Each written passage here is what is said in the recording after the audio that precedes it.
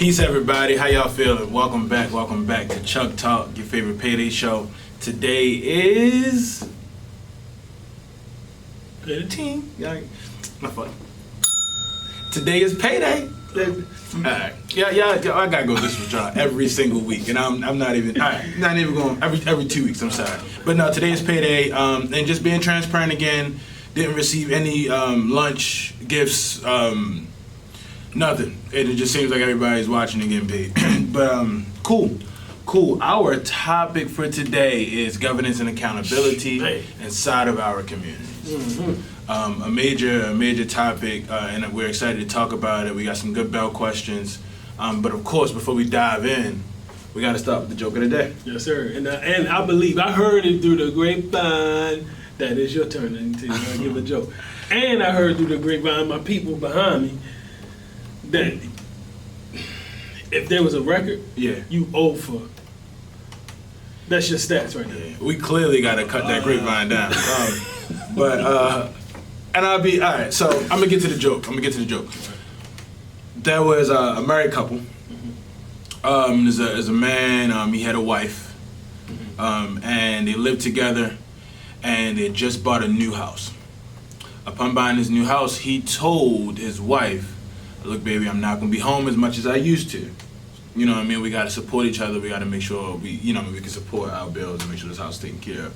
She was okay, but after about 6 months gone by, he wouldn't get home until about 1 or 2 every morning. This is every day. When he did get home, on this random one morning, 3 o'clock a.m., he gets home, and she's fussing and she's yelling at him. She's upset because she doesn't get to spend time with him. And she's expecting this real, in-depth answer of, why are you coming home at 2 o'clock in the morning? You know what he told her? What? He said, baby, I'm a butcher. I work OT just to make ends meet. M-E-A-T.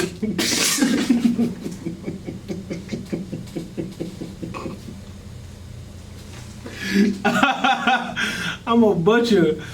I work to make ends meet. M-E-A-T. Yeah, that was good. Oh, man.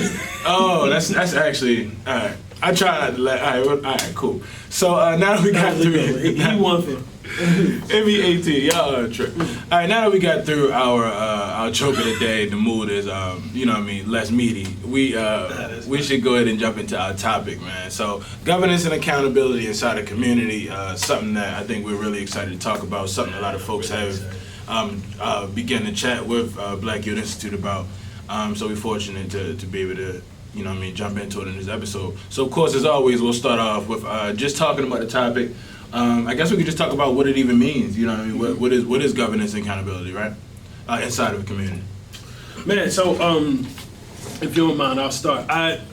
Interesting, as Brother Lee just alluded to, man, we talk about this often. As we think about movement building, you know what I'm saying, and we think about how we are accountable to one another, it's critical. So when we talk about governance, many people have different thoughts about governments and structures, but all people have some type of governance structure, whether it's in your house, at your church, whatever. And the governance structures can include laws or rules that you follow. In some cases, in many cases, actually, you don't get to inform those laws or rules or whatever. Right. In some cases, in some governance structures, you do get a chance to, and they're always under monitoring, and you're changing them for the people. Right. And so governance is just about those rules, how you do decision making, how what does awarding looks like, what does or not punishment, but what is consequences for not following rules, all those kinds of things. And then accountability, we're talking about once you have these rules and you commit to a particular community, right, and you decide this is what I'm going to subscribe myself to, right? Accountability is about making sure that you're doing it and being, again, celebrated for when you do, and then having some kind of other consequences for when you don't. So that's the simple form. But what I would say, if I can, that when we talk about governance and accountability, I think it's an important topic, because when we talk about, I actually would argue in the same way that Dr. Claude Anderson talked about in the book Powernomics, right? He talks about he pretty much says that, like, yo, we don't have communities, we have neighborhoods. You don't have community if you don't have rules. Right. You can't. Oh, that's interesting. It's not a community. There's no infrastructure. Yeah, you don't have that infrastructure. Same area right? Exactly. Yeah, I got you. So you just are members of a particular neighborhood, a particular zip code, but not necessarily a community because we haven't done the work of building the types of structures that we need so that we actually just have a baseline. Right. Communities actually have a common base, and it might just be, and Something again, I don't believe, have. exactly, I don't think that it's enough that your common base is that you live on a certain block. Right. Or you live in a particular neighborhood that somebody else defined for you. You know what I'm saying? Or gave that name. But when we think about governance and accountability, I would say, honestly, that one of the important things to consider, and I really think people got to consider this, and I know I'm not going to have big fans over this, which I'm cool with. We talked last week about white supremacy, right? Yeah, we did. One of the things that white supremacy does for people in general, everybody, but particularly those who come from communal types of backgrounds, Eastern, perspectives or whatever, is that it gives us this illusion that we can be individuals, and we're not. Not even close. We're collectives. Have to be attached and to if you somebody. have a collective, if you come from traditions of people that are collective, then you got to have governance and accountability. If you don't have it, you can't achieve your goals. Right. Because you don't have a baseline. Everybody's saying, when I'm in this community, we ascribe to these rules. Right. So we subscribe to these rules. Right. And because we subscribe to these rules, this is what I'm giving myself to. And it causes you to have to be humble. It causes you, in the case where you have a kind of a participatory governance structure where people actually have their own role, you know what I'm saying? Where you get to say, you know what, that rule actually doesn't work for us right now. It worked in the 70s, but it don't work now. But thinking about norms and what Black Panther Party talk about, black codes, having these ways of being, it's like our culture and our values are underneath all of that, but building structure so that we can just be accountable to one another. You know what I'm saying? Right, absolutely. And I feel like you can't build movement without it. Right. No, that's real. Well, first let me touch on the Claude Anderson thing. That's powerful. That's powerful, and it's really true. And I never thought of it that way. But it's almost like you said, just kind of like living in the same area, but without those structures or without that infrastructure, if you will, that will put everything in a place to let you know what role you have or who you are and what you occupy inside of that community, or give you an idea of what role you should. No, let's stick with that. Just the role you should occupy in that community. I think without that, there is no community, right? I think you fall into that individual illusion. And what comes with the individual illusion is individual goals, individual thinking, and you know what I mean, just being considerate for self and things of that nature. You'll begin to have that individual projection, and it'll no longer look like community. So when you're walking down the street, you drop some trash. I know it's a small thing, but that's because you don't feel like you're connected to that person. Because I wouldn't drop trash on Mrs. Wellman's steps, who lived 2 doors down. I know she see my mother every morning. They go to church. You know what I mean? So I think it's that kind of thing. Like I think it exposes itself when the community is not a community or when they don't have the infrastructure of a community. But it's super important. And what I'm excited to even talk more about is how having governance, how intentionally having governance and accountability is potentially one of the best things that we can do inside of our communities. And I'm excited to also lift up how we've had governance and structure, governance and accountability inside of our communities unintentionally, just from experiences growing up. Because I'm not sure what neighborhood you all grew from, but my neighborhood, there wasn't per se we didn't collectively come together and say, look, we do this, these are the rules, right? However, you almost have a way, right? You have codes, you understand, you know what I mean? There are things that get told or conveyed to you in your way of growing up, but honestly, you get those from being inside of that community. You have to get those from being in relationship with folks who are in the community. The guy down the street is going to teach you not to go in that block for a reason. Right. You know what I mean? Or these guys that might be on the corner, they're going to protect you when the police come around, let them know that you're not that kind of kid and going to tell you to get in the house. So all of those things, I think, fall under that umbrella. But I just wanted to also lift up that unintentionally, even when there's not, the organizing piece isn't done, communities just build themselves. Exactly. Yeah, and that's just relationship building. You know what I mean? It's like being stuck in a box with somebody. you're gonna come out, y'all gonna be maybe not best friends, but y'all gonna know each other very, very well. Yeah. You know what I mean? So what you bring up though, and what you lift up actually, I think is important. So you like instead of saying that communities don't have it, right. It's like, where do we build on those, Exactly. right? Like, exactly. so the assets are How there, do we- the building blocks yeah. are there, but like, Exactly. it's almost like you having like a pile of bricks and turning it into a brick Exactly. house. Because if you think about it, it won't really be, well, I don't want to say, I can't speak for people, but I don't see it really being pushback when you talk about governance and accountability. We all got rules to follow. We might It's not just a call matter it of that. what exactly. Yeah. Oh, we definitely not. Somebody might call it G code. Yeah, exactly. Somebody might call it, you know what I'm saying? Exactly. Like, Exactly. Like, you know, whatever. Like, this is what it means to be a part of the family. Yeah, exactly. Right? Or this Exactly. is There part you of go. being a part of the mob, Yeah. or whatever. Or this is what it's like to be in my case, a Briscoe, right? We Right. do this, we don't do that. And it's Right. not always written. But when you think about organizing, we should have stuff on paper, but there's always going to be these elements that's not on paper. Right. That you actually True. have to experience it to True. know. So I actually completely agree with that. And this is the last thing I swear I'm gonna say about it, but I hear a lot of folks always say Baltimore is just full of neighborhoods, and thinking about what Dr. Claude Anderson said, it's true to some extent. I think folks have, like I said, the individual illusion, but generally, you know what I mean. I think we yearn for community more than anything, and I think we know community best because it's almost like you said, it's the code, right? It's the code. If something happens if we live in Tri Hill together and something happens to you, Right. I think it's on behalf, not behalf of Tri Hill, but on behalf of, you know what I mean, our connection, Yeah. and you know what I mean, I gotta make sure you're okay. Right. It's Our just like, culture, it's our those way. things, right? You know what I mean? And then you got your universal rules like, keep women and children safe, things like Right, that. right. But I said it to say is that folks have implemented rules, whether verbally, non-verbally, you know what I mean, unwritten or written,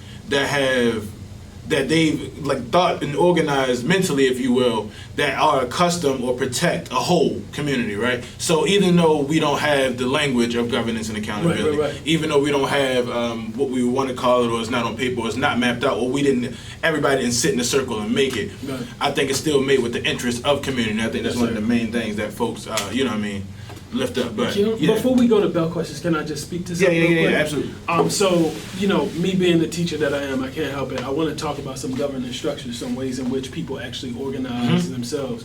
Things that I think folks should do. Hold tight. Let's, because that's actually that's the bell question. okay. That's one of the first bell questions. Well, let me say this. I'll say this.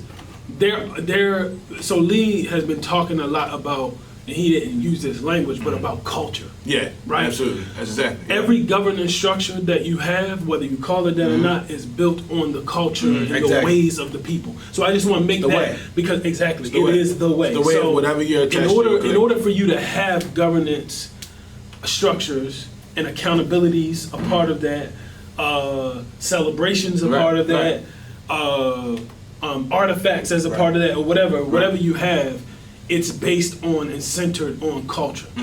Dr. Marimba Ani, a scholar who wrote this book called Urugu, she's written other books and other works, but she talks about in that book, the European Center Worldview, but in other stuff, she's YouTube videos, you can check them out, and it's Marimba Ani, Marimba Ani,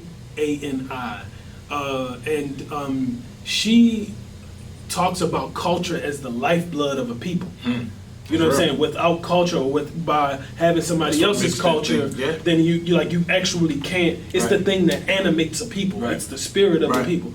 And so I'm just bringing that to say that, like, when we talk later about different kinds of governance structures, just know that these governance structures at the baseline of them are values. So Yes. your values Yes. say what kind of governance structure. So when Lee talked about you protect women and children, everybody don't have that value, so they may not. So if somebody come to Cherry Hill, or some guy come to, you know what I mean, a hood near you, and it's like, we don't protect children, every man for themselves, and you like, that's where you got culture Yeah, clashes. yeah. You like, and you violating my, you know what I'm saying? Yeah. Now I gotta regulate because Right. I'm like, yo, I'm about to smack you. 'Cause your way won't You know what I mean? change. Yeah, it's real. But the thing is, I think that when we talk about governance structures, the important part of this is communication. Right.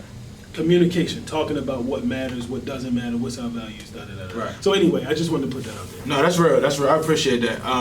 Yeah, let's dive into the bell question. Let's dive into the bell question.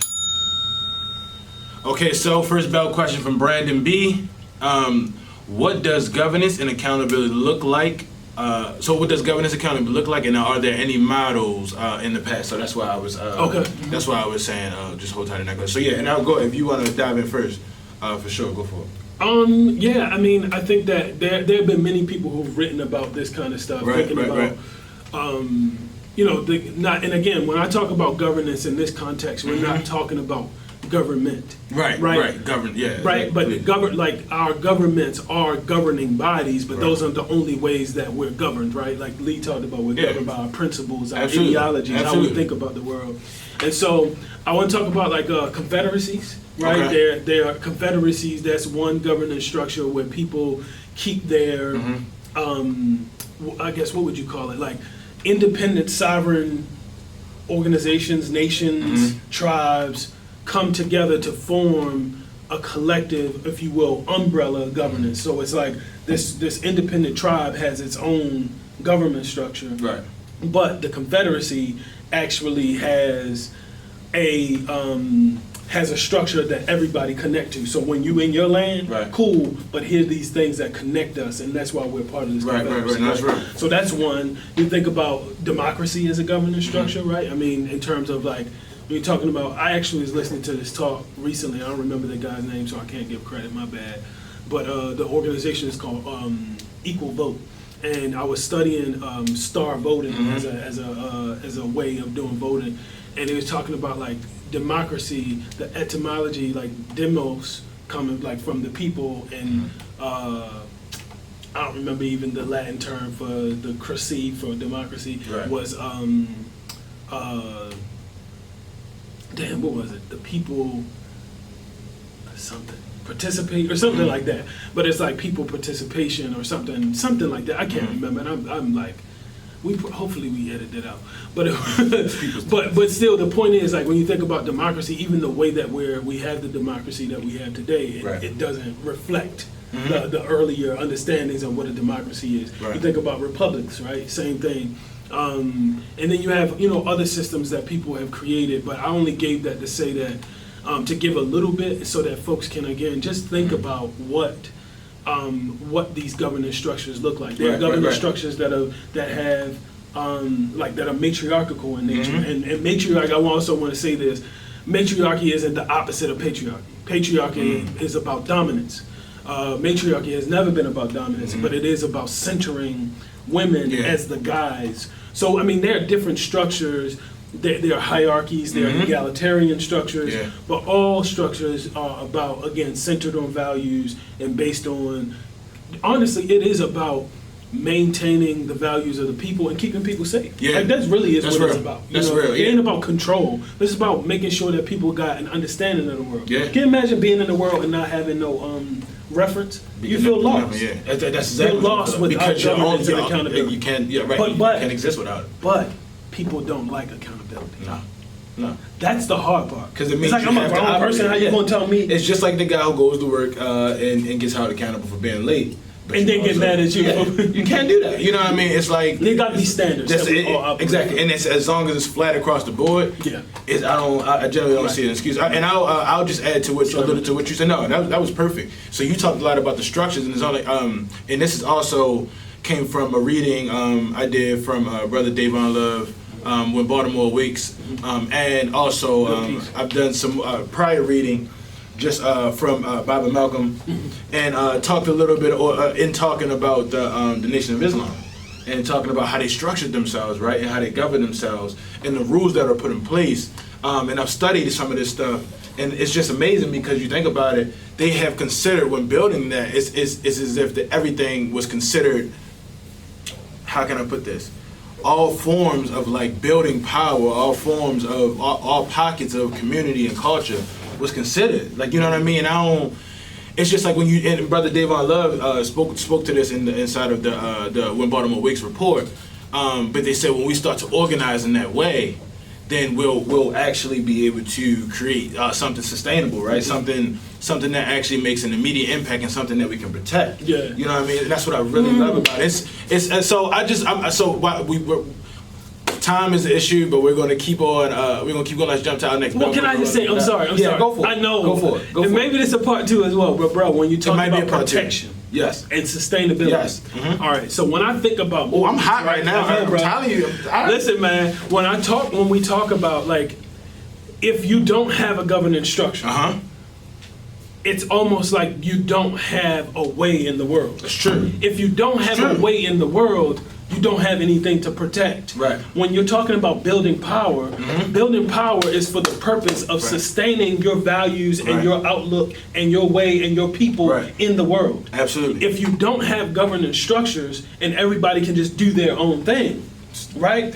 Then actually what you have more than anything, you know how people say like the freedoms that the Constitution allow for us to have, which we know is an illusion. We don't have all the freedoms, right? There are certain rights that we have.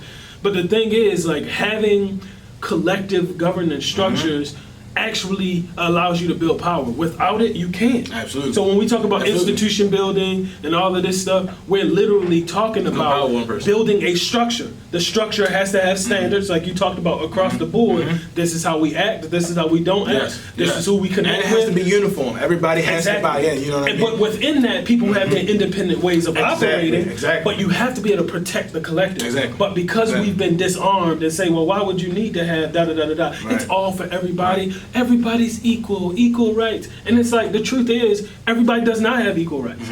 That's true. How am I going to expect to have equal rights? And in the same, see, here's the problem with that. I want to be clear before folks say we shouldn't have equal rights. No, it's about equitability. Yes, sir. I don't want a child to have the same rights that I do. And I don't want to have the same rights that a child does. That doesn't make any sense. Absolutely. I don't want to have the same rights that a sister has, or that, like, we talking about matriarchy. I believe in matriarchal structures, and I believe that, like, absolutely, when we talk about that, I actually don't think I should have the same thing that specifically. I'm thinking about my mother. I'm thinking about my wife. I'm thinking about my sister. I'm thinking about the sisters I work with, the sisters that lead us at Black Youth Institute. I shouldn't have the same shit that they. I shouldn't have the same stuff that they do, right? What I'm talking about, just from a biological standpoint, like all of that. Like, no, we shouldn't be equal. Right. That don't make sense. And I'm not saying subservient. I'm saying different. Yeah, strengths, weaknesses, things. I mean, that's what it comes down to.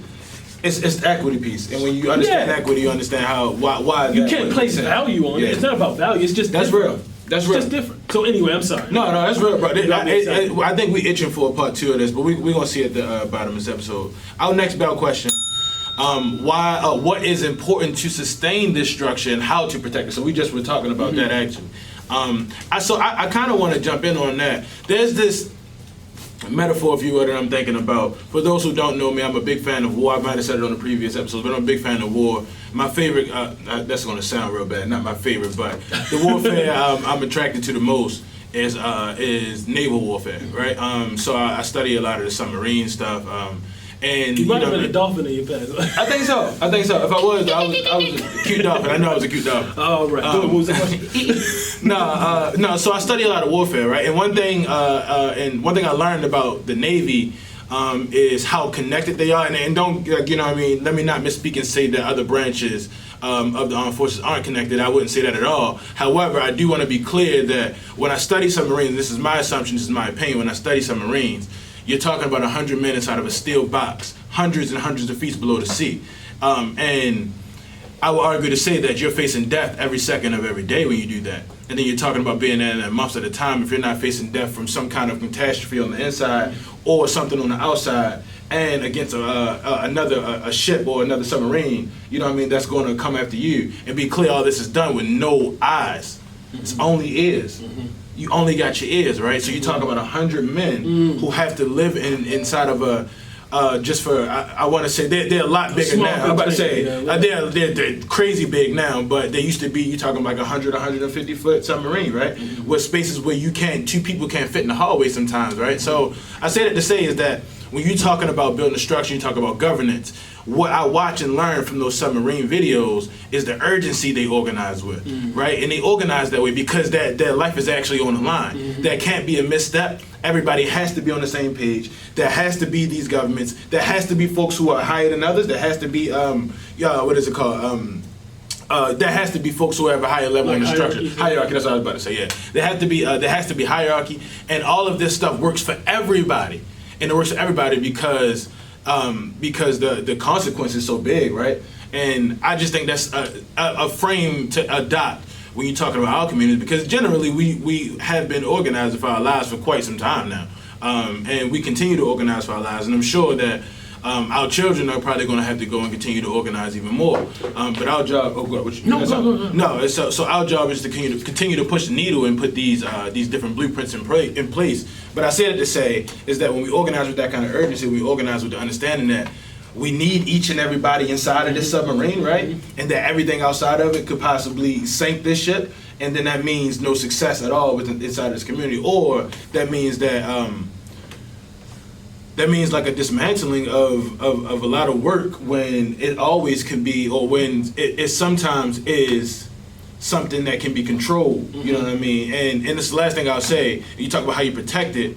I think you protect it with the same thing you build it with. I think it's those infrastructures, right? I think it's that same governance accountability. You got it on the inside, but if you're attached to any community or collective, when you step outside of that community or collective, you also operate with them same values. Them values come with you. Sir. You know what I mean? So when you're traveling, you're representative. Exactly. It's almost like, you know what I mean, now you got your pride on your chest. Yes, sir. This is what you come from. This is how you operate. Yes, sir. So I think protecting it is also built inside of building that infrastructure. And in this last piece, I'll say, but as I read a little bit about the Nation of Islam, they talked about when non-colored folks, blue-eyed folks would come and want to be a part of the nation, and they didn't turn them away. However, I don't want to misspeak. I forget. I want to say it's maybe 6 or 7 years they made them study before they could even be a part. But not even that, they make them wear a patch with or they made them wear a patch with a sword as a reminder that, like, if you cross us, you know what I mean, or if any you know what I mean, any disobedience, if you will, or any violation, that's the sword that you're gonna fall on. You know what I mean? So I just think it's that kind of thing, you know what I mean? And it's organizing and being realistic about what you're up against, organizing, and even how they were being realistic, like, we're not closed off to anybody, but understand that when you operate in this, you also are accepting the benefits that come with the consequences, and that goes for everybody. And I think that's one of the main pieces. But that's my piece on that. Can I just say this? No, what you brought up in the last piece, honestly, that I think is important when we talk about what does it take to protect it, is two things, I think. You can't, you were talking about it, like, but for me, what I want to just, like, you can't, protection is not a problem. Right. You need to be able to protect it. In fact, that's your job. Yeah, but it's not in the same sense that it's about domination. Right. I want to protect it. Protection looks like taking over everybody else so they can't be in competition. Right. No, it's enough room for everybody. Right. And then the other side I would say is to protect it, and what we need is literally whatever we need to make it happen. That's true. Like, I really love the example that you talked about with the Nation of Islam and with the Marines. I think that was strong. I know we got only time for one more question. Yeah, no, this might be a episode 2. My last question. I'm gonna say something that we thought about. What would it take to sustain it? It's got to take humility, and everybody moving at the same level. Absolutely. So what I also think, like, what would it yield? I think it would yield, depending on what structure we're talking about, right? You got talked about confederacies. You talked about hierarchical structures, which by themselves people talk about. What's a problem is a hierarchy. There's nothing wrong with hierarchies, actually. Yeah. When you place value over somebody higher in the hierarchy, that's the problem. There you go. But when you recognize that the royal house of a monarchy are the figureheads, but everybody else make it work. That's just kind of how it is. But anyway, what would it yield? It would yield the same thing that, like, bees in a hive yield. Everybody working together, strong and being productive. One word. Based on whatever your goals are, right? So if your goals are to produce honey, you're gonna be productive if everybody work toward that goal. But folks gotta work toward that goal, so you have to have a baseline.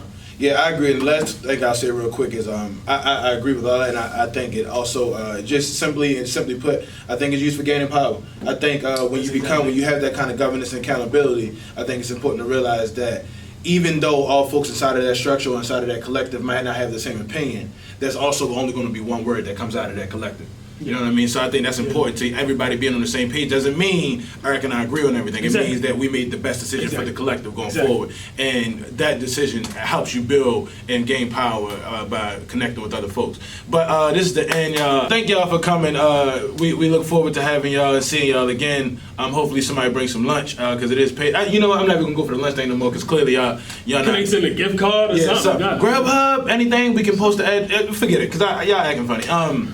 But no, excited to see y'all next payday. Please send us questions Send us more questions. Thank you for everybody who has sent questions. Follow us at Black Yield on Instagram and Twitter. Black Yield Institute on Facebook. I'm Brother Lee. That's Brother E. Peace.